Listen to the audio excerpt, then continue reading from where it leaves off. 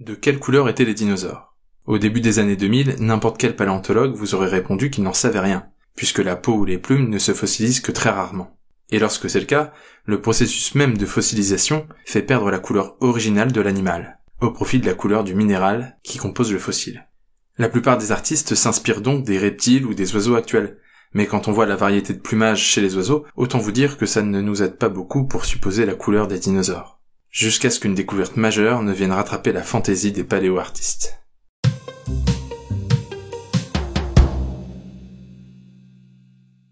En 2008, un paléontologue danois analyse une plume fossilisée au microscope et fait une découverte étonnante. Il observe de minuscules structures, comme des petits grains de riz, que l'on prenait jusqu'alors pour des bactéries. Sauf que Jacob Winter démontre qu'il ne s'agit pas de bactéries, mais de mélanosomes.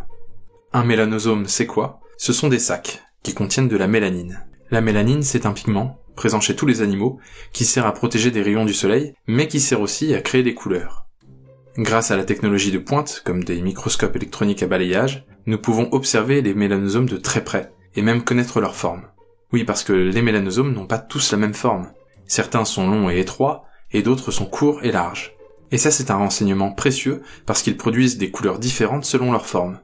En observant les mélanosomes des oiseaux actuels, nous savons par exemple que ceux qui sont longs et étroits produisent des couleurs allant du noir au gris, tandis que les couleurs rouges, brunes et rousses sont produites par les mélanosomes courts et larges.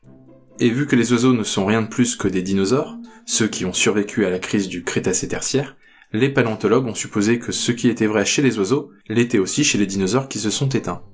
Ils ont ainsi pu reconstituer la couleur de certains dinosaures dont les mélanosomes avaient été conservés, que ce soit dans la peau nue ou dans les plumes. Certains d'entre eux possèdent des couleurs relativement ternes, un caractère utile pour le camouflage. Mais d'autres dinosaures révèlent un plumage complexe, avec différents motifs. Surprenant ?